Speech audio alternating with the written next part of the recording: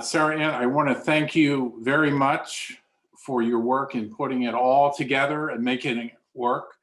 And thanks also to Donna, Brian, and Kendra in enabling us to apply modern technology to make today's conversation possible. As the Women's Forum gets started, recognizing that our intentional critical conversation is about the changing narratives throughout the 21st century, I do want to take a moment to recognize a milestone for this century that just occurred, as 17 young women made history this month, becoming the nation's first female Eagle Scouts in Scouting.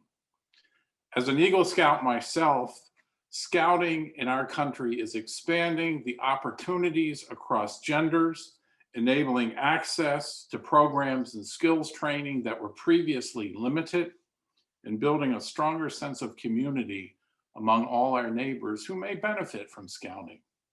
Clearly, this is evidence of putting it all together and making it work. So congratulations to our nation's newest Eagle Scouts as we get started with today's forum. Sara-Ann? Thank you, Dr. Cox. So before we begin this program, I just want to let you know we have a dynamic 90 minutes set aside for you all. But we have to give some praise and some acknowledgement to people who helped us all get put together and come together for us. First, I'd like to thank administration, Dr. Cox, Dr. Arlene Rodriguez, the Idea Committee, One Book, and I'd like to thank Chief Maria Padilla, Sergeant McGraw, and our criminal justice intern who's graduating this semester, Kamoy McGowan, who's participated in putting this program together and making it all work. I'd like to thank the division deans and most of our community members who log on to this program on a monthly basis. Just as equally important, the faculty who bring their classes to this program and then have their classes view the program when they can't attend on our YouTube channel and on the Idea page. Just as important, I'd like to acknowledge our distinguished guests and panelists here today. So for some announcements, because we'd like to connect the dots, as we saw earlier this week with student engagement, we do have our One Book series. I'd like to keep this in everyone's mind, The Hate You Give. This is our One Book from African-American writer Angie Thomas. Please do not forget about this book. If you are faculty, staff, or student, you do not have to purchase a book. It is on reserve at the Wilkins Library for you. Please do not forget about a readathon that we are having February 24th. This is all sent to your campus email. Please look in your other email. This readathon is February 24th, 8:30 a.m. to 7:30 p.m. Just as important, with Professor Rebecca Griffith, we have Sea Change Magazine, where there's submissions for creative writing and your stories, art, and personal essays. Please check your other email for this. The deadline is March 1st. This month, Black History Month, we had our foreign film series, and we were fortunate enough to have The Other Negro, a documentary that displayed the life of James Baldwin that passed this week, that film. However, there are other films from Ethiopia, Belgium, and the United Kingdom. So please look in your search bar for our foreign film series, and keeping in the spirit of Black History Month. Do not forget about campus engagement. Ms. Asha Hamilton is continuing on with the Black experience that it's extending into the month of March. So we know that this is February, and before we put it all together and make it work, I want to just do a little overview of Black History Month. Black History Month, yes, it is in February, but oftentimes people do not know why February was chosen. Mr. Carter G. Woodson, yes, did pick this month because of Abraham Lincoln. Also because of Frederick Douglass's birthday being in February. Many times in African-American history, we forget that Africans were in Africa. They were taken from Africa and brought to the colonial period. And our history was not adequately represented in history books. Therefore, there were misconceptions, perhaps stereotypes. So Dr. Carter G. Woodson decided to come up with something called the Journal of Negro History. This then became Negro History Week, later Negro History Month in 1926, then declared during our bicentennial, 1976, under the Ford administration as Black History Month. However, in Black and Brown communities, we were long time celebrating this as Black History Month. And you do not have to be of the African diaspora, as I told you all back in October, to celebrate Pan-Africanism. You do not have to be of the African diaspora to celebrate Black History Month. Just being a resident of Massachusetts, you have a direct history to Black History Month. You have a direct contact. We are the home of the proud 54th Regiment that fought in the Civil War. We are the home of Frederick Douglass, of William Lloyd Garrison. We are the home of Phyllis Wheatley, the contemporary to Miss Jane Austen, who's in our history books. So just remember that. Black History Month is celebrated throughout the world. Also, we are the home of the largest Cabo Verdeano population outside of Cape Verde, West Africa. Remember, we have fallen soldiers, Amilcar Cabral, fallen soldiers, Patrice Lumumba, Jomo Kenyatta. These are patriots and anti-colonialists who fought for liberation. These people visited this country. They visited Massachusetts. And here's a name that oftentimes we forget that we know, Ras Tafari Makanan. We know who that is. That's Haile Selassie, who visited Massachusetts. So you do not have to be of the African diaspora to have a connection to Black history. So today, shout out in the chat box to me when you first studied Black history in school. Many of us who grew up in a city or perhaps in the state of New York attended schools named after Dr. Martin Luther King, perhaps Monroe Trotter, or Phyllis Wheatley.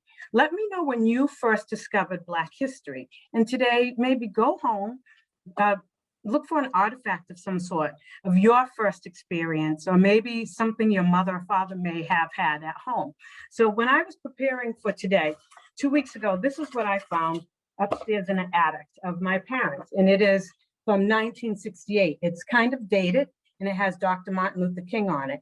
And you can see it's an ebony magazine that cost 50 cents.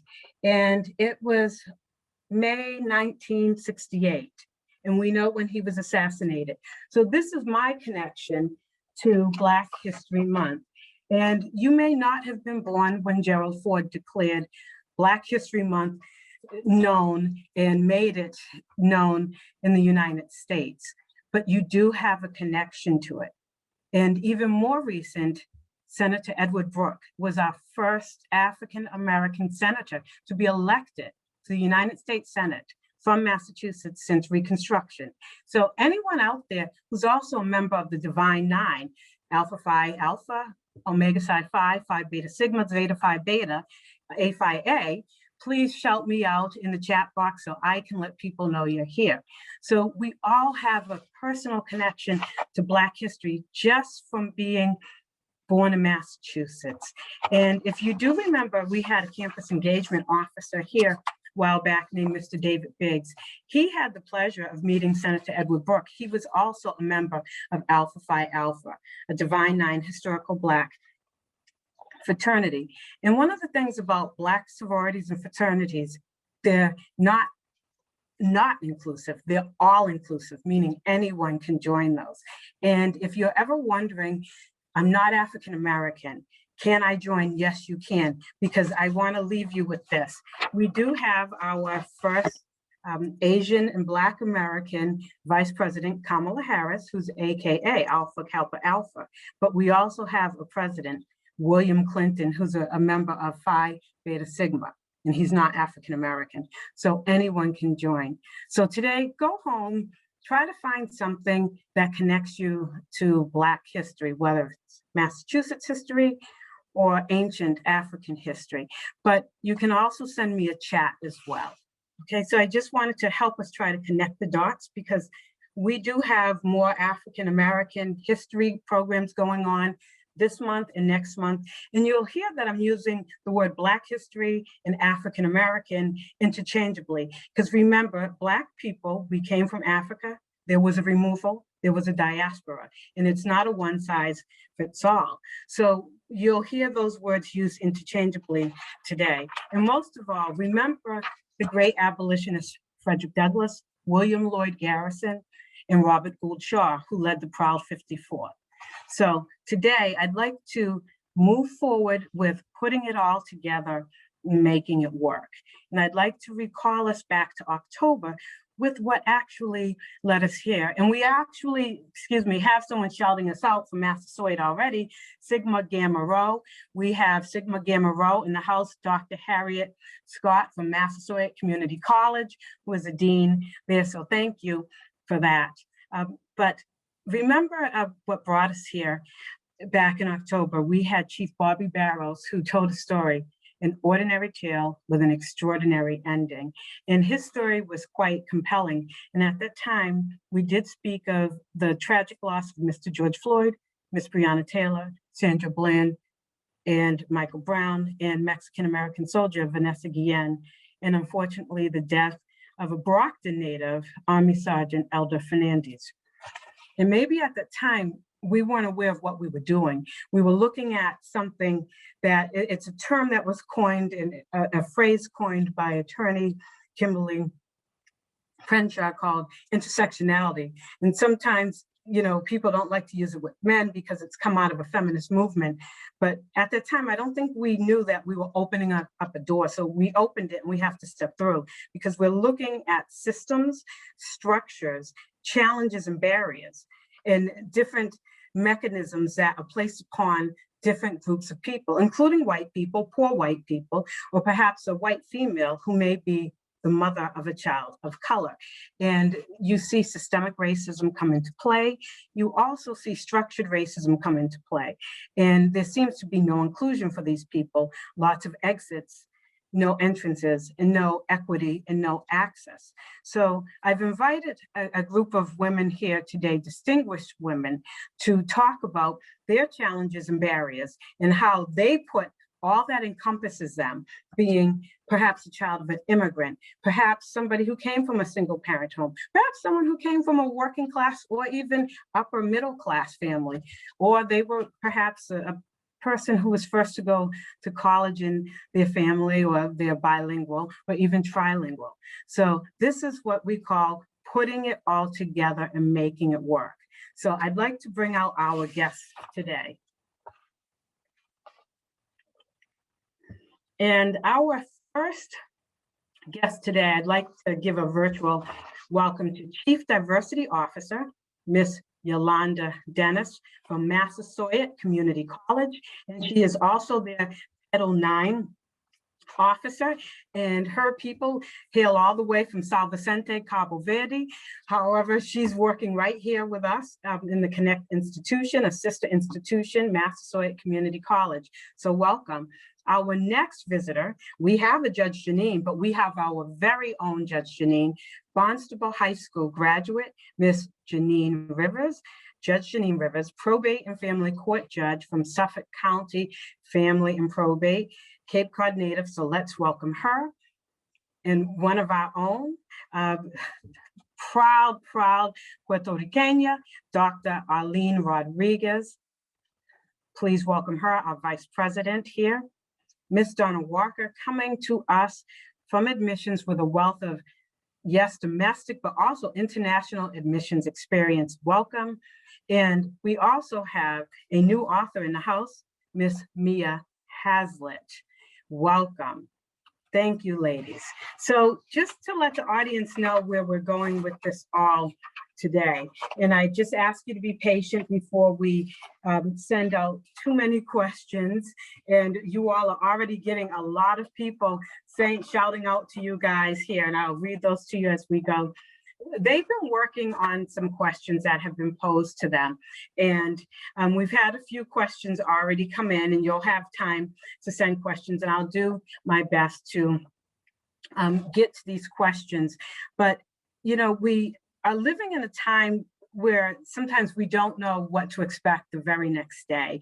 And sometimes we're very overwhelmed. We turn on the news and we see the most horrific things. So yes, we are going to talk about challenges and barriers, but we're also going to talk about how we took those challenges and barriers and how we put it all together, how we made it work, and the work that they do on a daily basis with students, with families, and how they push through for those students and families. So here's the first question, and I'm going to guide them as to where they're going, so we won't be wondering who's speaking next. Tell us about your college experience. How did you navigate it as women of color? And select one or the other, undergraduate, graduate school, postgraduate, or law school. So let's start off with Yolanda. Hello, everyone. I'm glad to be here. So shout out to Cape Cod Community College.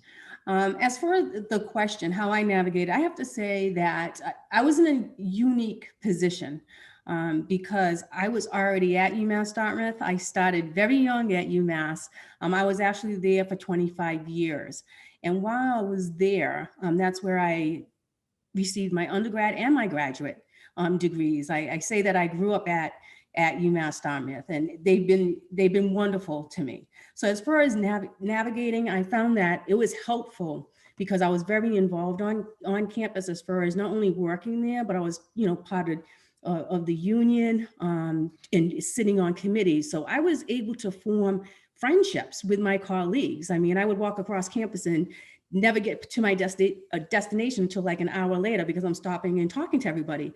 But that was very important because when I needed to navigate as far as registration, what courses to take, I can go right to the department and talk to the department chairs. I had that community there.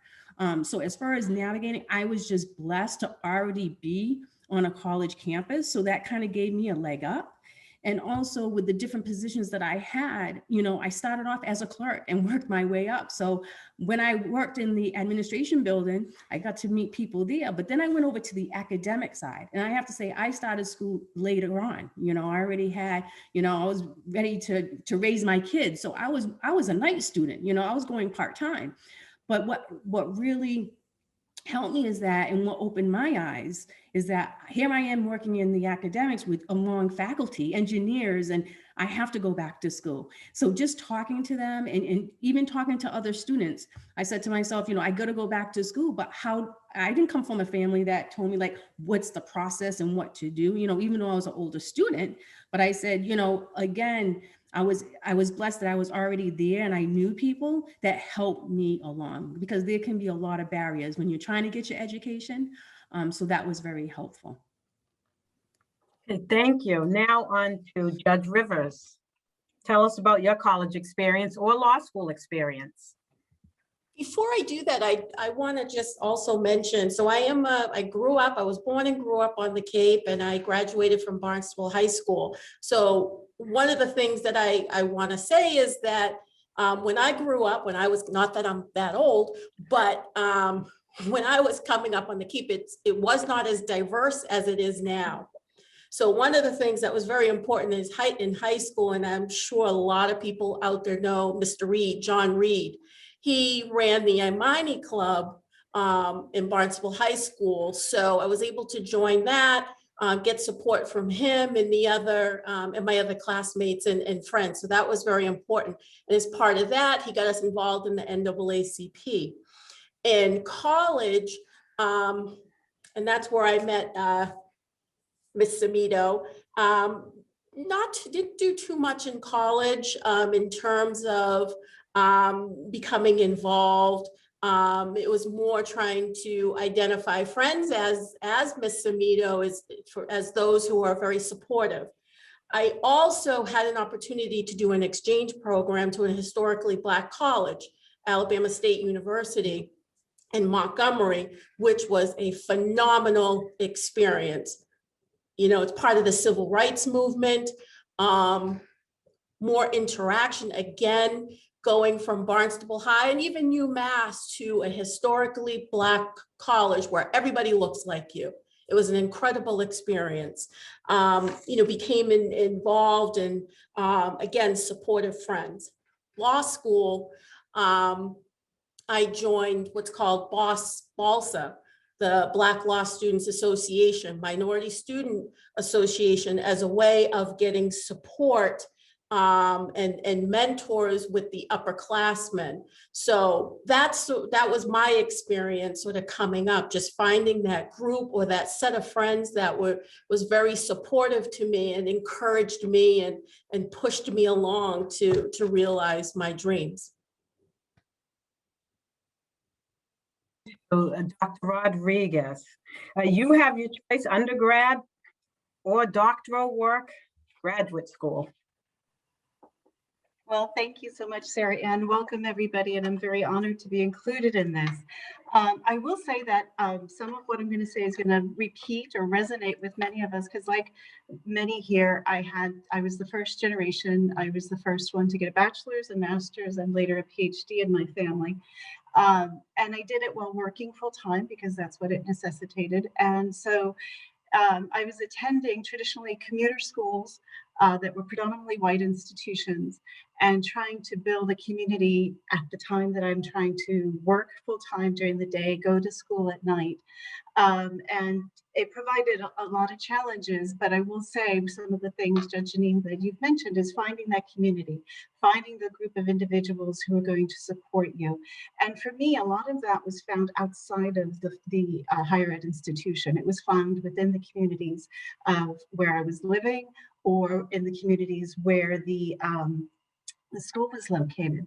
For both my undergraduate and for my doctoral degree, I was in communities where, while the institution was predominantly white, outside of the institution, you had significant communities of color. I went to UMass Amherst and I was living in Springfield and engaged with the Latino and African American community in Springfield. And I'm originally by birth a New Yorker, forgive me, from the Bronx.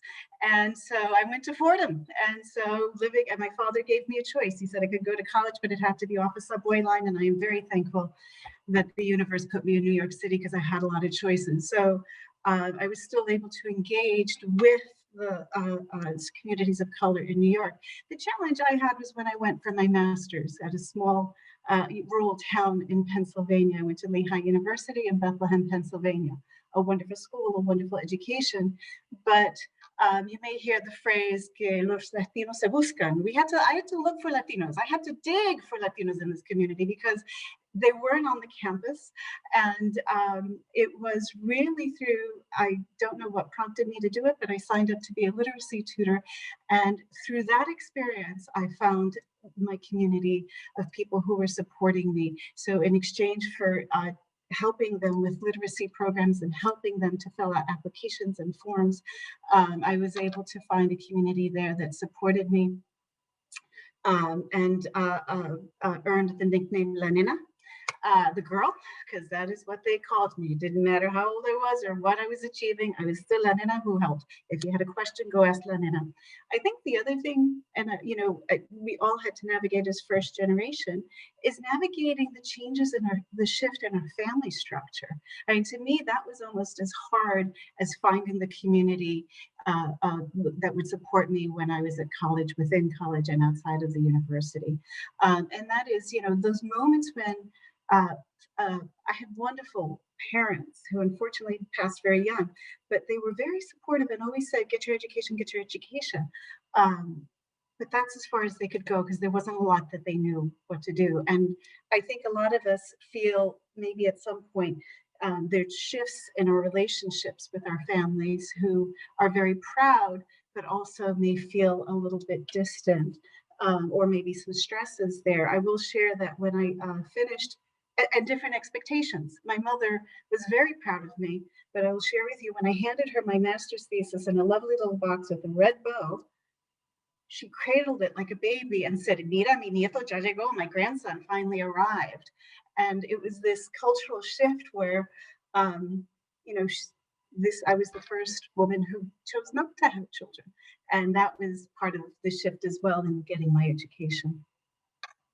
Okay, thank you, Dr. Rodriguez. Okay, so on to our admissions counselor, Donna Walker, Seven Sisters. Okay, so welcome, please. And let us know a little bit about Seven Sisters, please. But tell us about your college experience. How did you navigate it as a woman of color? And tell us about that, please. Thank you. It's interesting, as you talk about the college experience, I had a different one. My parents were first generation to college. My father came out of a background of the Pentecostal church, had to leave the church to be able to attend college, and went to one of the historically Black colleges, Shaw University, with help from people and his parents. And my mother had to, and they both came from large families, so they were the first in their families to go to college. 10 and 13 children on either side. So my mother actually took time out and then worked, and eventually went on to nursing school and went on to do, she was one of the first in Pennsylvania, in Philadelphia, in the Albert Einstein Medical School nursing program. One of the first Black, I think there were maybe 5 Black women. So all of that helped to instill in me a sense of education is important. They were very adamant. When we moved from Milwaukee to New Jersey, we had moved to an all-white neighborhood. And I didn't realize this until years later when I went to visit my high school, where I talked about my parents helping me with the application process to the guidance counselor. And she said, no, I was the one that helped you. And I'm like, no, you weren't. You didn't give me the time of day to actually help me. My parents were the ones who helped me figure out the lists, who helped me, who took me around to schools, etc. And I was lucky enough that I was accepted to, as Sara-Ann loves to say, one of the 7 sisters. I went to Vassar College. And my experience there was to open up my eyes to a wide variety of people, cultures, activities. I went from a very shy child in my own community to one who engaged in everything: sports, theater, politics, sitting on the board of trustees eventually, working with the president of the college as head of the VSA, the Vassar Student Association. And I began to see that I felt like something new was happening to me. Now, eventually I went on to do graduate work, and my graduate work was actually another expansion where I went on to do the first year of my graduate studies in Bologna, Italy. I had planned on becoming a foreign service officer, and as you can see, that worked out because I'm now in admissions. And then I came back to Washington, D.C., and I learned that the industry of Washington is really just politics. And I also learned that that wasn't for me. So I was lucky enough to be able to begin working in higher education. First at my alma mater, and then for other institutions along the way. And one of the overriding aspects of the work that I do is to encourage all students, no doubt about it, encourage all students that they have an opportunity to attend college in the same way that my parents did. It's that the one-on-one conversations that you have with people to get them to see that they have particular strengths. But also at each institution where I've worked, I've made it a point to gather the students of color, because I feel that they're my kids, they're my chickadees, they're the ones that I need to really talk to about, this is important for you to move forward, to gain a level of self-confidence that you have the skills, even if you don't think so. This is what I see in you, and this is what I'd like you to be able to move forward and do. And that's what feeds me in the profession that I've been doing for close to 20 years. Thank you. Okay, thank you, Donna. So on to our new author, and you'll hear why I'm saying that in a little while, but on to Mia. So tell us about your college experience. Thank you, everybody, for coming. For me, my college experience was truly eye-opening on a racial line. Being adopted by an Irish-Italian family, being the all through grade school, you know, right through high school graduation, being the only Black girl, and never having a Black teacher, nothing.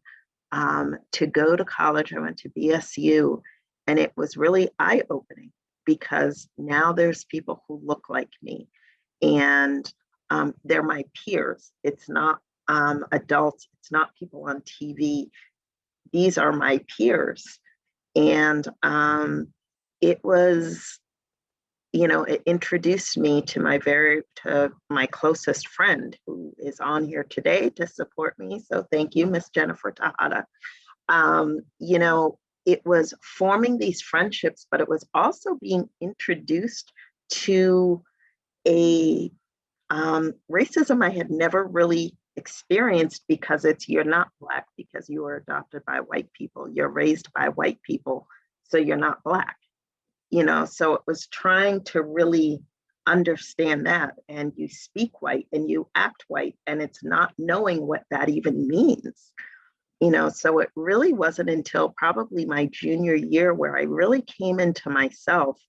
And it was my entire 4 years I had, I joined the Afro-Am Society there, and it was just being surrounded by people who looked like me and thinking, well, this is where I have to stay to be Black, you know, but it's talking to other people who were white, and I'm like, okay, is this wrong? Does this not make me Black? So it was really just it was a tough experience at first, but then, like many of you, I found my crowd, I found my people, and also being an introvert was very difficult, you know, so I'm fine with just sitting alone at the lunch table, and I was a commuter as well. I had to work 3 jobs. So it was coming on campus, getting what I needed to get done, and then I had to leave and go to work. But, you know, college was always ingrained in me. You know, my father had gone there first, so I was second generation at BSU. And now to know that my daughter goes there and she's 3rd gen, and to now be part of the Afro-Am Alumni Association there, it's almost all come full circle. So, you know, thank you so much for that question, because I think for all of us, that first college experience when you're not the only, you know, is truly impactful. Thank you, Mia. And just for the sake of time, I would like to let this distinguished group of ladies know you are generating a lot of buzz here. I'm getting texts and I'm seeing things coming over here on the side of the Zoom panel. So we want to make sure we don't want to rush our responses, but limit them as much as you can to that 2 to 3 minutes, because they're going to want to speak to you at least by 3:15, and I'll get in big trouble if we run out of time. So I'd like to move on to one of our solo questions. This is for Ms. Yolanda Dennis. Could you tell us what exactly is it that a chief diversity officer does? What does that position entail? So it's a 2-parter. What is it that you do? What does it entail? And then can you tell me what Massasoit has planned for this upcoming year in regards to committing to diversity, equity, and inclusion?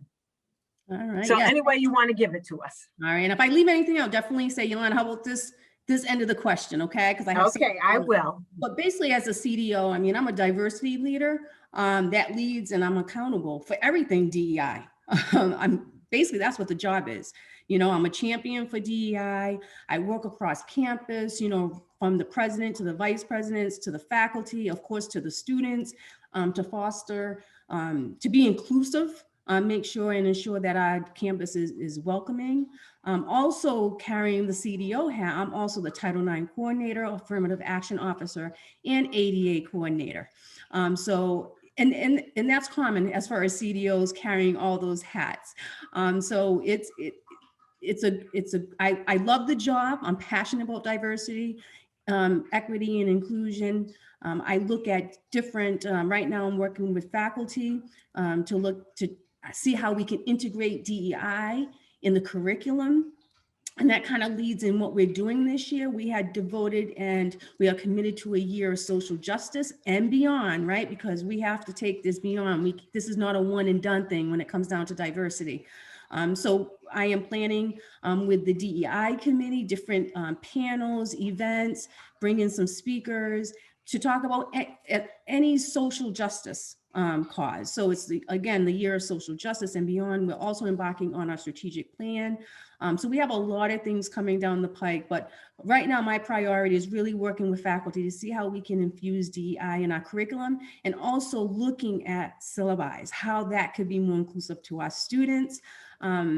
Also, just real quick, Equity Talk to Equity Walk, just got done reading that book by, yes, Arlene, that book is awesome. And one of the other things that I'm doing to be intentional with data, we have to really start using our data and really going through to be equity minded, and meaning that when we talk about diversity, or when we say diverse students, I'm all about let's break it down. Let's talk about our African-American students, our Hispanic students, right? Our Native American students, because not all students are the same. So we need to start really narrow it down. And when we talk about diversity, we have to be intentional with what group of folks that we're talking about.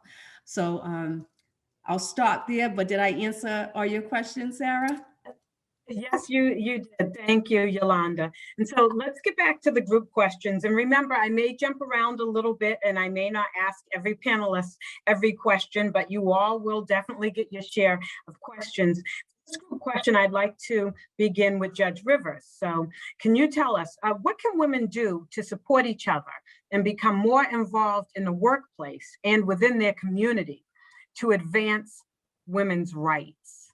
So what can women do to support each other and become more involved in the workplace and within their community to advance women's rights?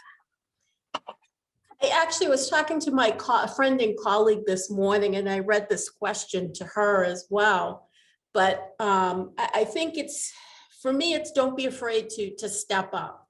And that's something that I'm constantly learning and trying to do myself. I think it was Miss Mia who mentioned that she's an introvert. Believe it or not, even though I'm a judge, I'm actually very quiet. Actually, it depends on who I'm talking to, but I'm actually very quiet and shy unless I know you. So it's really trying to step outside my comfort zone. And I would also recommend to others that you step outside your comfort zone and don't be afraid to step up. I think it's important to become educated. And I know for some people, they can't afford to, go on to higher ed or even trade school. But I think there's ways that folks can continue to educate themselves on certain topics so that they then can become a resource for someone else. And I do not believe that you have to have a college education to be smart. I've heard so many others here speak to the fact that, they're the first in their family. Same thing in my family. I'm the first to go on to college. My mom went to a trade school, my aunt went to a trade school, but that traditional 4-year college, I'm the first one. So, but there's so much knowledge within my family that I tap into. So don't be afraid to tap into other sources of knowledge. And I think, again, becoming familiar and educated on topics is very important. I also think that it's important to become a mentor to others. I was also a social worker for DSS or DCF now back in the day, and still have some contact with some of my clients from them. And as a practicing attorney, I was also an attorney for children and adolescents that I still have contact with to this day. And they know that they can reach out to me, you know, even if it's just to say hello. So it's being available to others as well. I will say one of my clients actually put me in check and sent me this long text that said, you know, since you become a judge, you're not available. And I had to call her back and say, you know what, you're right. You're right. I just got so caught up in trying to do this and learn this that I forgot what was important. So it's, you know, again, just being available to others and demonstrating your own strengths to them. I just want to make sure that I had hit upon all my thoughts, but again, it's really stepping up, go outside the comfort zone, become educated, and pass that along to others, and listen. Thank you. And thank you, Judge Rivers. And Yolanda, I'd like to bounce back to you on that question, because you were actually someone who helped me. We all played a role in this intentional critical conversations baby here, but you actually helped me with this process. So what can women do to support each other and become more involved in the workplace and within their community to advance women's rights? I would say definitely develop your own support system. I mean, I have a support system. There's like 3 or 4 of us, sisters, that we kind of like cool each other down or give each other advice and just really, again, support. You know, again, they came on to this panel and it's great to support each other. So I would say definitely get yourself like a support system, again, just to check in with each other. Also too, I would say in the community, encourage your sisters to get involved. I mean, I'm involved with the YWCA on different boards in the community. That's so important because boards are not diverse at all. And they're looking for women of color or folks of color, period, to be sitting on boards. So even with my daughter, you know, she's just graduating, you know, getting her master's degree. I'm like, okay, you're in the community now. Let's try to explore what causes you would like to sit, you know, that you believe in, and see if there's a board, there's a position that you would like to get involved with, definitely for an organization. I mean, I'm biased to YWCA because they really gave me the foundation, especially because it's all about empowering women and eliminating racism. So that was right up my alley. And that's where, sitting on the board of directors, I met fellow colleagues. I mean, to this day now, you know, one of my colleagues from the Department of Children and Families, I'll be speaking to her DEI group tomorrow. So it's just forming those connections in the community and also just giving each other support, because you don't really know what's going on out in the community sometimes until you're friends with somebody that's actually out there on the ground. And as far as, you know, on campus at Massasoit, we're starting, as you know, NCBAA,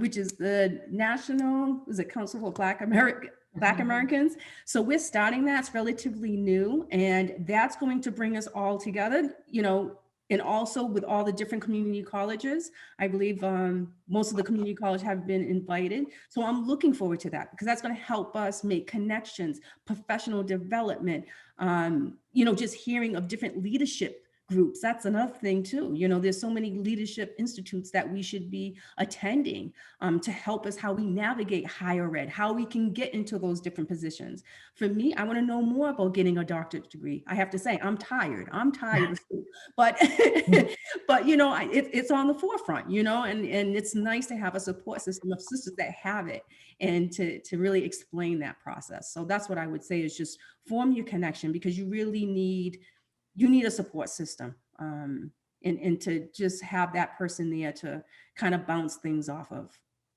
Okay, thank you, Yolanda. So over to Judge Rivers. So oftentimes we hear people say early on, maybe even in preschool when we have circle time, what do you want to be when you grow up? Well, I want to be a judge. I want to be a police officer. I want to be a doctor. And many of us know the basics to become a judge. You go to law school, minimum 10 years, but it's a little bit more than that, isn't it? So can you tell us the process of becoming a judge in the Commonwealth, Massachusetts, and what exactly does it entail? So that's part one. Tell us what it takes to become a judge in Massachusetts, what it entails, and then can you tell us why you specifically chose probate and family court? So here's part three, kind of, and how many judges of color are in this specific court of probate and family? So you may have to remind me about some of the Yes. questions, Yes. but I never in my wildest dreams did I think I would be a judge. It's not something I initially wanted, but my journey through my career has, you know, it's been sort of this winding thing. The one thing I know for sure is I've always wanted to be a lawyer. I don't know why, and you know that, but I've just always wanted to be a lawyer, don't know why. So I knew that I wanted to go to law school, but at some point I was like, okay, maybe I'll try to do the dual degree law school and then social work, try to get my master's in social work. But then I went to work for DSS or DCF, and I was there 4 years. But while I learned so much from that job, and I still have connections from that job, still have friends from that job, I knew that it wasn't something that I wanted to make a career out of. So I decided to go to law school. In order to be a judge, you have to have practiced for 10 years. It's a very long, arduous process. I had been applying, quite frankly, for a number of years before I was fortunate to be nominated by Judge Baker and Lieutenant Governor Polito. And it's, you know, going before a panel of, I forget how many the initial panel is, where they're, you know, firing questions at you. Before that, I think the application itself is over 50 pages. So it's a long journey. And I think before I came on, and I was nominated in 2017, and I came on at the beginning, actually the January 2nd, I was sworn in and started on January 3rd was my first day. The process probably took about a year from the time I put my application in and through the various meetings that I had to go through. I had to go through a governor's council meeting. Fortunate to meet the governor and have an interview with him and with the lieutenant governor. So it's a long process, and you have to be patient. Shouldn't be discouraged. Believe me, there were many times where I was discouraged. I'd get so far, and then, you know, they choose someone else, and sometimes I'd have to reapply again, but it's certainly worth it because it's the best. It really is a very good job. It's very hard in a different way. When I first came on, though, I was at the crossroads with my own practice, whether or not I wanted to continue in private practice, or if I wanted to get, as I call it, a real job, 9-to-5 job, because I had been doing it for about 20 years. So I was at the crossroads. So hopefully that is a very quick overview about how you become a judge. Again, it's a long interview. It's an intrusive interview. It was, you know, they ask a lot of, they do background checks. They, you know, ask, is there anything that's going to embarrass the governor? You know, do you pay your taxes and things like that? So it's very intrusive, but it's worth it. In terms of why I'm at Suffolk, why I'm at Probate and Family, the areas of practice in my private practice was primarily juvenile and probate and family. So that's, it was really the Judicial Nominating Committee. They're the ones that I applied for both juvenile and probate, but they selected me for probate and family court. So again, I'd been practicing for 19-20 years before I came on in those areas. What I can tell you is probate and family court for judges is not diverse. It's a problem that they're working on. They're aware of it. I am the only African-American judge, period, in probate and family court. And there was one before me, so I'm the second in the history of Massachusetts to be in the probate and family court. And when the first judge retired, it took another 11 years before someone else was nominated. There is currently one Latina sitting in probate and family court, and she's actually down in Barnstable, Judge Ordonez. But that's it. We had a gentleman who was of Asian descent. He has since retired. Yes. There's no diversity, and they are working on it. And I'd like for things to happen a little bit quicker. I think some folks do tend to get turned off of the process because it is rather intrusive. But again, I think it's worth it. It's absolutely worth it.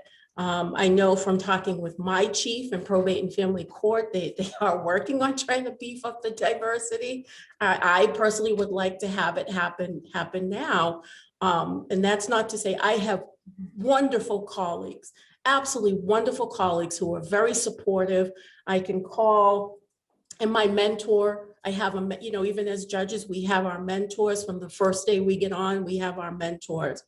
And they're wonderful, and my colleagues are wonderful, but I too would like a little diversity here. It needs to happen, and it needs to happen now. And I'm not saying anything to everyone here that they don't already know, but love my job. Okay, thank you, Judge Rivers. So I want to jump back to return to the group questions, and I will jump around a little bit because we still have the individual questions. So I have the group questions, and I'd like to begin with Mia on the group questions. Can you share a support and a barrier to leading in the workplace or on a college campus or leading in a community? Can you share a support and a barrier to leading in the workplace or on a college campus or leading in the community? I would say, you know, and I think we've all mentioned it, I think the support is having what I call my sister squad. And, you know, it's friends, it's families, it's people that I have, you know, an outlet with where I can go to and I can talk and I can be vulnerable and I can be myself. And, you know, that's probably one of my biggest kind of support systems besides my writing, that I've done for 30 years now, whether it's in journals, whether it's blogs, whether, you know, it's my book. It's about being able to have that outlet and being able to express myself, because for my career for 2 decades, I've supported C-level executives. And when you're supporting the top, it's difficult. It's a lonely space because there are, you know, the confidentiality things. And when you're in my professional life, it's really about finding, you know, having the right boss and being able to have that communication because you're supporting the top. And I've been in positions before where there wasn't that connection.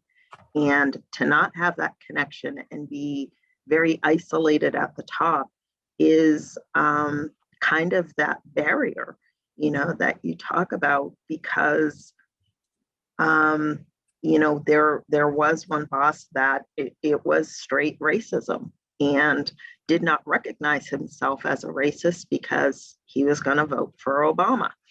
And that made him not a racist. And it was just having these conversations like, wow, really?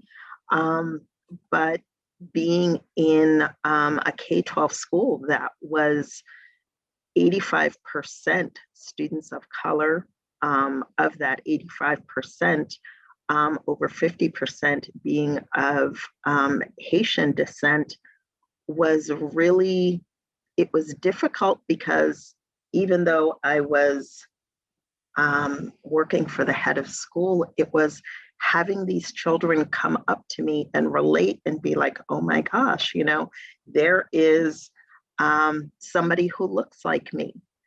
And I remember being on not having much support there, but not caring at the same time because these were my kids. So I remember I was doing a state report and I'm on the phone with the state office helping me through this report. And this little girl who would always come in every morning, and I had granola bars because I knew some of these kids don't eat.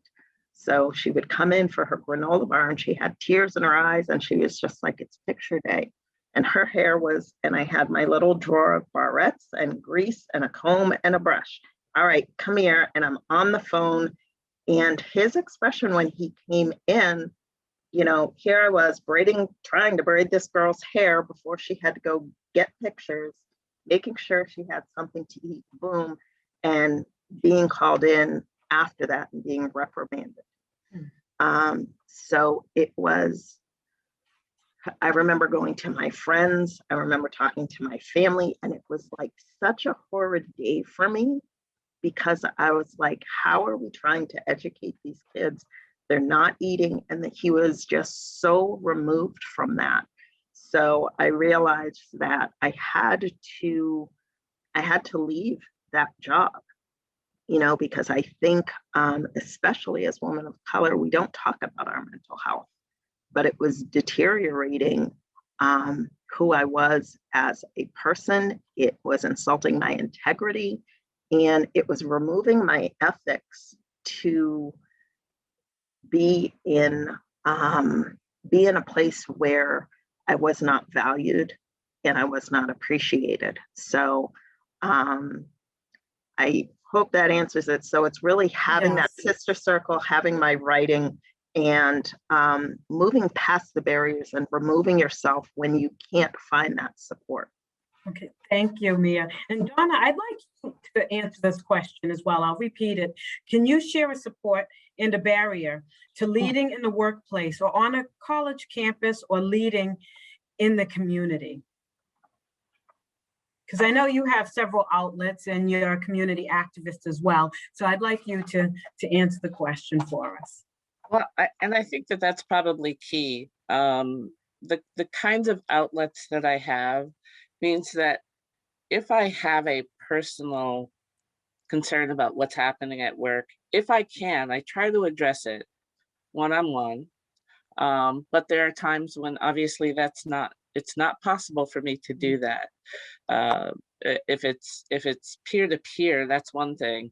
But sometimes you have to be strategic in terms of what do you do when it's a superior and how do you handle that? What I have found is that my outlets are what others have shared here. You know, the sister squad, you know, some who are here on the campus, some who are not on campus, and just being able to share not just what happened and what I might feel about it, but any kind of strategic way of being able to move through whatever that barrier is. You know, so there's the support, but it's also helping me to understand what are some of the tools either that I have developed myself or that I can in concert with others to walk through whatever that may be. And it hasn't always been that way. You know, I've worked at Tufts, I've worked at Wellesley, Sweetbriar, Manhattanville. I'm trying to think of all the schools I've worked at, and a couple of the private high schools, and I have found myself sometimes being the only person of color, whether it's in my department, my division, or sometimes the school. And so I've tried to make the most of things that I saw as not necessarily barriers, but just weren't happening. You know, with Sweetbriar, it was a matter of gathering, you know, out of 100, I think we had 170 students at Sweetbriar at the time, and gathering all 15 of the Black students together for a weekend with, Tony Keith Bambara and Rita Dove. And they got a chance to be able to, these were girls coming from the South who had no idea who these people were, and they had an opportunity to engage.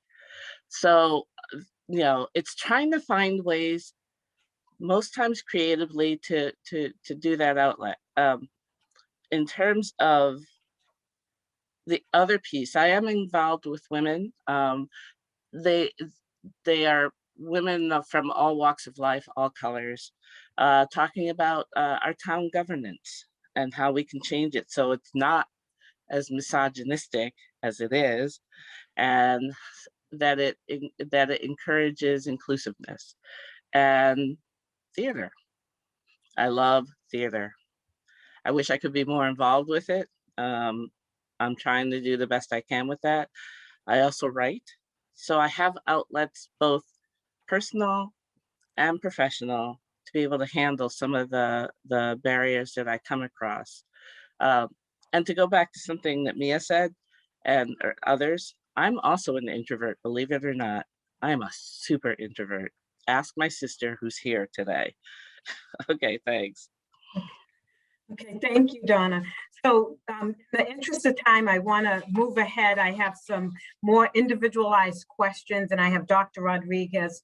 You are up next. So this one, it's a big one, so I don't want you to keep this one short, but I want to put that little boilerplate warning out there that I still have 2 other individualized questions to get through, and then I have to give a nice ending question and then open this chat up for questions. So this one I created just for you, Dr. Rodriguez. So we know Cape Cod Community College is a member of the Connect Institution Consortium. 2 of our sister schools, Bridgewater State University, has men integrated into brotherhood. Massasoit Community College, who's on the call with us today, has Ubuntu Scholars. These are male mentorship programs. At Springfield Technical Community College, you launched 100 Males to College. I want that program here. I want something like that here. How can we go about doing that here at Cape Cod Community College? Thank you, Sara-Ann, and thank you for picking something. It's one of those achievements that when I got the call to asking me if Springfield would be willing to host 100 Males to College, it was the first school to host the program. It was one of those moments when you just say yes. I'm very thankful that I got that call. So in case others may not be familiar with 100 Males to College, really was addressing the inequities that young men of color and low-income males faced in higher ed. Specifically in Springfield, we had a situation where we may have, it was the lowest retention rate and the lowest graduation rate. So we needed to really address that, especially since students of color were increasing. Springfield, while I was there, became a Hispanic Serving Institute. And so how do you deal with the fact that the growing population in your backyard is not succeeding? And we saw as when, going back to Yolanda, disaggregate to get to know who your students are. We saw that it was young men of color who were not graduating. In fact, we saw that we lost them significant percentage at the end of the first semester. So we looked at this program, provided an opportunity to have wraparound services. It was a dual enrollment program. We taught our courses in the high schools. We also brought them to campus. There was also mentoring, and we actually took advantage of the fraternities and sororities in Springfield to serve as mentors for our students, as well as many industry leaders who were looking at industry leaders of color who wanted to be role models in these students' lives. I think it would be a fantastic program to bring here. I'm very proud of the fact that when we started with 100 Males to College in Springfield, which technically its first year was 37 Males to College, but we had a retention rate of over 98% from that group. The ones who did not retain joined the military. So we knew that at least it was something productive being done. And I would love to see that here. I think Many of those students ended up going to Springfield, but also to Holyoke and other schools in UMass. And I think it's important, especially at Cape Cod, because recently we did a student experience survey. This is for our strategic plan. And we found that 30% of Latinx and African American students here at Cape Cod Community College, when surveyed about their experiences at the college, agreed with the statement. And here's the statement: I had good reasons for going to college. Now I wonder whether I should continue. That was 30% of our Latinx and African American students, which comprise about a quarter of our students. Compared to white students, only 19% of our white students agreed with that statement. We clearly have an issue of belonging here among our students of color. And I think that a program like 100 Miles to College, really for me and Sara-Ann, you know, you and I have had this conversation, programs like 100 Miles to College really should be the model for how we do higher ed. Higher ed was not designed with the most vulnerable in mind. Higher ed was designed for the most privileged. So how do we reclaim that and really redo how we lead, how we offer our courses, how we advise, how we mentor, bringing the community in as role models, not as one-offs, as really committing for a year-long, 2-year-long program for the life of the students as they're here with us. And I would say, how do we get it done here? I think we have a wonderful opportunity with our IDEA committee, with both academic and student affairs, to really, now that we're disaggregating information by race and ethnicity, look to see putting those pieces together. It's already done. We can apply for a grant at the DHE to be able to support some of that initial funding. As you know, I would say that that's part of the problem with our model of higher education, is that we always have to compete for funding when I think it should be just the norm that we offer, because this is this is one of those programs that, yes, it helps serve our young men of color and low-income males, but it is what benefits all of us and all of our students. And really, for those of us who went into higher ed, we went in to do stuff like this, to create programs and empower our students to succeed because somebody helped us. We're paying it forward. So hopefully we can do that and really reclaim how we do higher education here. Okay, thank you, Dr. Rodriguez. So I have another individualized question. This one is for Donna Walker, just for you. And please be open and candid with this one. What is missing from the dialogue between BIPOC peoples as this conversation is in its nascent phase on the world stage? So, good question. One of the things that I've come to realize is this conversation has started. I'm witnessing something, and this has more to do about what happens outside and what I can bring into the academy. And my neighborhood is predominantly white. So part of this conversation that we're having about diversity for the town is important because it's a hidden group. It's in plain sight, but it's a hidden group. And so it's empowering ourselves to be able to address the issues that are being raised.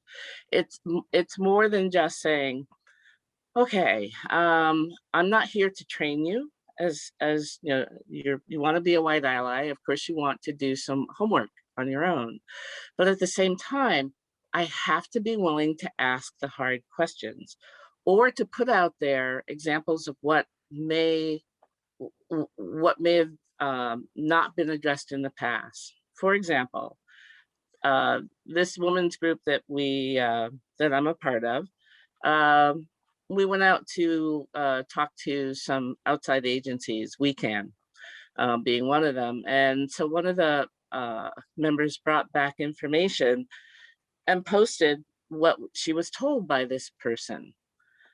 I had to really kind of look at myself and say, okay, normally I would be quiet about this, but I put out there, I want to address all of you, and I don't mean this in any way that's meant to harm this working relationship, but if you, and this is all on Messenger, if you go above, you'll see I said the exact same thing 2 days ago, the exact same thing.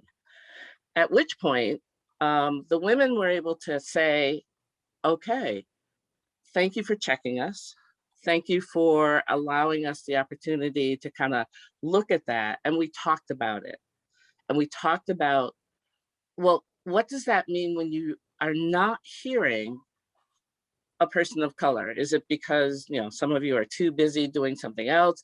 Or is it that you're not used to hearing something? If it's coming from someone white, that's perfectly okay. But if it's coming from someone who's a person of color, and when I say it was almost verbatim, whatever this woman said, then what does that say about where you are in terms of your own sense of white privilege and where you are in terms of how much more work do you have to do? Now, you're not going to have that with every white ally, but if you feel comfortable enough in yourself not to escalate it, but to move through conversations that can be difficult, as Judge Rivers said, move out of your comfort zone, then that's part of formulating the kind of conversations that we need to have to move forward. Okay, thank you, Donna. So our last question before we open up the chart is for Mia Hazlett. So earlier in the program, you heard me say 3 times, new author, Mia Hazlett. So this is what I've been talking about, and please excuse the Band-Aid on my finger, but this is her book, Going Through It, How One Woman Became a Single Mother, Mia L. Hazlett. And she will let you know during the Q&A period how to obtain this piece of literature of hers. So I noticed when I opened this book, it says, this book is dedicated to all the single mothers who want to give up. Have faith, sis. Your Ephesians 3:20 is coming. So my question to Mia Hazlett is, and statement first, with people of color, you'll see us at football games, basketball games, baseball games, in theater, and musicians do this, performing artists of all races do this. We'll circle up, we pray, we'll grab our heart, we'll give a shout out to the man upstairs, and you'll hear us say, I have to hand this over to Jesus, I have to meditate on this, and we're very biblical at times. So Ephesians 3:20 is New Testament. My question to you is, can you tell us why Ephesians 3:20 is important to you? As our last question before we open the chat. In the context of the book, Going Through It, it was so important to me because at that time I was basically homeless. I was unemployed for over 15 months. And it was a time that I was living off of probably about $50 to $60 a week and supporting 2 kids. And by, through having hope, through having faith of going through it, I was 38 years old and I was thinking, okay, I'm 38. God has not said that you are never going to be married again or love again. God has not said to me that I will never have to, never have a job again. So I really had to get the word never out of my head, because when you're truly going through it, you feel hopeless. You feel like you have nothing. And the reason I wrote the book while I was actually going through it, I was reading a lot of books that were reflections on hard times rather than people going through them. And it's a very different sense of writing when you're going through troubling times. Reflection is very different than, I was reading all these, oh, you can make it, don't worry about it, you're going to get there. No, I'm not. I was the woman who was grocery shopping at the dollar store and having to put stuff back. I was the woman who was digging for that dime or that nickel at the bottom of my purse, because that was the difference of groceries or no groceries. I was the woman who was, people were paying it forward. Don't worry, I got you, and it's $12. So I had to believe that exceedingly abundantly above everything I could ever think or want, God was going to provide. And to not give away, April 2021, plug for myself, my second book is coming out, Single Professional Mother.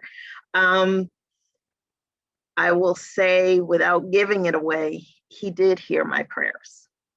And he did answer my Ephesians 3:20, because, here I am, almost 10 years later, on my feet with a daughter in college and handling my business and doing what I need to for myself, for my family, as a podcaster, as an author, as a professional. And it's, you just, if you are going through it, for whoever this is for, you will make it through it. So thank you. Okay, thank you, Mia. So I'd like to open the chat up for some questions. Please send them directly to me. I will pose them to the guests. And while those are coming in, we had one that snuck in a while back, all the way from New York. So I'd like to read this out to our panelists, and anyone feel free to answer this. It's pretty heavy, it's long. So if I need to repeat it, I will. Abusive, oppressive systems and individuals entitle and empower each other. So abusive, oppressive systems and individuals entitle and empower each other. Do you have any observations or comments about this dynamic? Do you have any observations or comments about this dynamic? It's a pretty heavy one.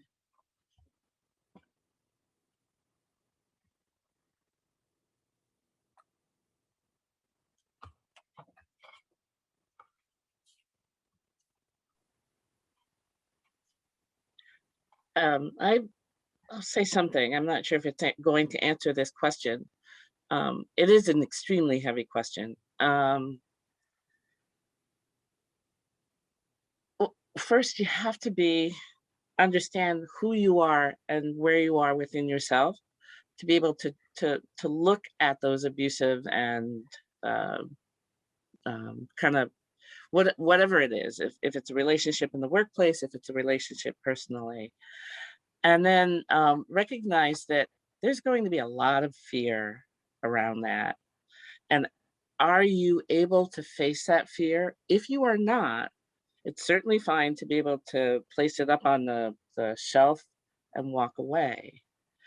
But if you are, and you have the support structures behind you to be able to say, okay, I'm going to walk through this fear, then all you can do, because don't expect to change that relationship, all you can do is to give yourself the opportunity to recognize, I have walked through something that is difficult and I have been able to come out the other end, and that gives me strength.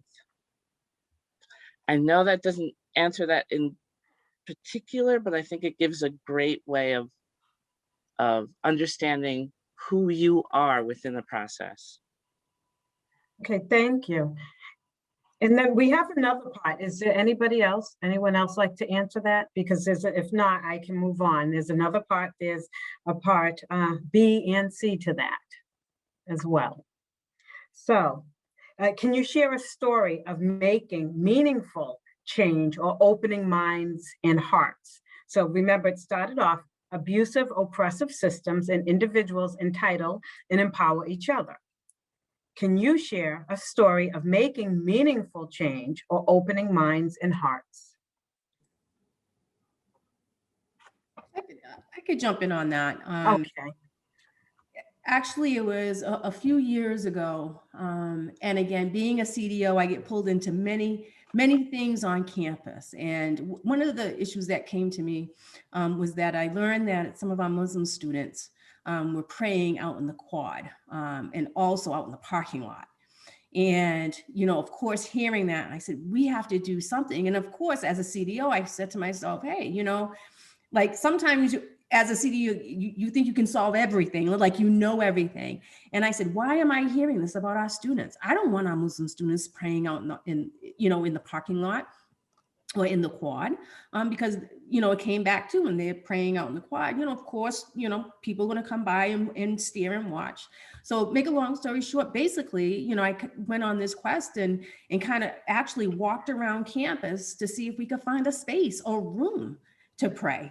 And going to different departments, and how it is on college campuses, we're all jockeying for space, right? Every space is utilized. There's no space. We wish that we could build more buildings on our campuses, but we can't. But I was able to work with the VPs and facilities, and we found a space. And I did some homework. I notified churches. I worked with the Muslim students and also the leaders. And I was able to establish through the Office of Diversity a meditation room. And it's a room for all students, not just for praying. For Muslim students, it's for all students. I mean, I remember telling some students before an exam, come down to the room. And what was really great about it is that we end up getting the community involved, the college community, in which a lot of our faculty and staff donated to the room. They donated prayer rugs, they donated Bibles. You got to think about getting Bibles, but in different languages, right? So when I thought going into this, I said, well, this is something that could be done in a couple of days. No, because you have to truly think about all the different religions on campus and try to accommodate that. So I want to say my biggest accomplishment was opening that room, because it was the greatest feeling just knowing that our Muslim students had a place to pray. And I even had to learn that, they pray a certain direction and we had to mark the wall. So it was an education for myself, even though it's a struggle, but I truly enjoyed that. And it really made me feel good about doing that for our students. And, some of the students, I joke, go down to the room before an exam, pray on that exam. Meditate. And so it's been, I think it's made a change on campus. And again, it was just something that I felt we had to, when you hear something that's going on that our students need, definitely you have to move forward and get it done. Okay, thank you. Yolanda, you may want to jump in on this one too. A question came in, and I really appreciate this question here. How do you include people of diversity that also have physical or mental disabilities? How do you include people of diversity that also have physical or mental disabilities? Now, you mean include them in? Well, the question, this is how it's posed. How do you include people of diversity that also have physical or mental disabilities? That's exactly how it came in. The first thing that, to me, is include them on the conversations. We have to start learning. Sometimes when we sit around the table, it's administrators and faculty and staff. Sometimes we have to look around and say, listen, we need student representation. And you have to be, to be targeted, ADA committees. Okay, do we have a student that's utilizing the ADR center? Should we have 2 students that we need to invite to the table? I mean, every conversation that we have and changes that we need to make on campuses, you have to include students, and you have to be intentional. What students are you looking for? Are you looking for the disabled students for their voice? And sometimes it's just having a conversation. There's times I've been speaking to a student and I asked the student, would you like to be more involved? How can we get involved? Do I have students that will come to me from the disability offices and have a problem, and to me, solving that problem, but how else can we move forward? We're not perfect. And that's the first thing we have to say as a college campus. We have work to do, but I think you got to be engaged, and being engaged is just outside of us as administrators. We have to involve students to get their feedback. Okay, thank you. I hope I hit that question right. Yes, and another part came in from the same person, and you work with diversity here. I'm trying to find how does the disability complicate the process? I'm sorry, you said disability? How does the disability complicate the process? Now, when I think of stability, I'm thinking about continuing, you know, how strong you have to make it. I think a lot of the time is that it can't be a conversation that's one and done, or a project that's one and done. You have to continue that. And I'm working on that. Just like having trainings or professional development workshops, you know, you get people fired up talking about a project, or you know, you're at a meeting and you're talking about having that difficult conversation, and we all leave, and then we don't talk about it, and then it just kind of falls.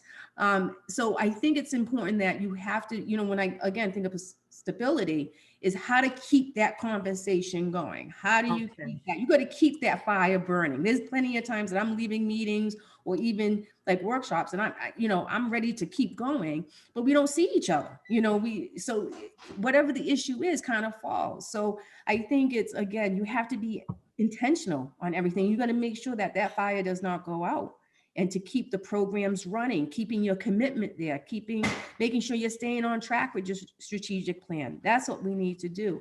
And it's a lot of work. I have to say, Yes. I'm tired. I'm tired as a CDO, you know, because not only am I responsible for diversity, equity, inclusion on campus, but I have my own personal stuff that's going on when I put on the TV, when I have to talk to my Black son, be careful when you drive from Connecticut to Massachusetts. You know, Yes. I'm working my own issues out, but yeah, I have to perform on the college campus. So again, it's all about that mental health, keeping yourself, you know, I'm always checking myself, you know, because sometimes I could just be angry just looking at the news. So yeah, I'm sorry, I get so fired up about this. That's okay. And we might have to have a panel part 2 next fall. So we have literally 2 minutes left. I'd like to close the program out with thanking you all and thanking our distinguished faculty, students, and once again, our criminal justice student, Mr. McGowan, who is graduating. He is serving his last, not sentence, I saw smiles, not sentence, he's serving his last course, his criminal justice co-op with our campus police department, and he will soon be a proud graduate of Cape Cod Community College. So we'd like to thank him. He has worked on this project. In keeping with the spirit of Black history, Cape Cod now has something new here. It is called the Cape Cod Cape Verdean Museum and Cultural Center that is opening soon in 3 locations on Cape Cod.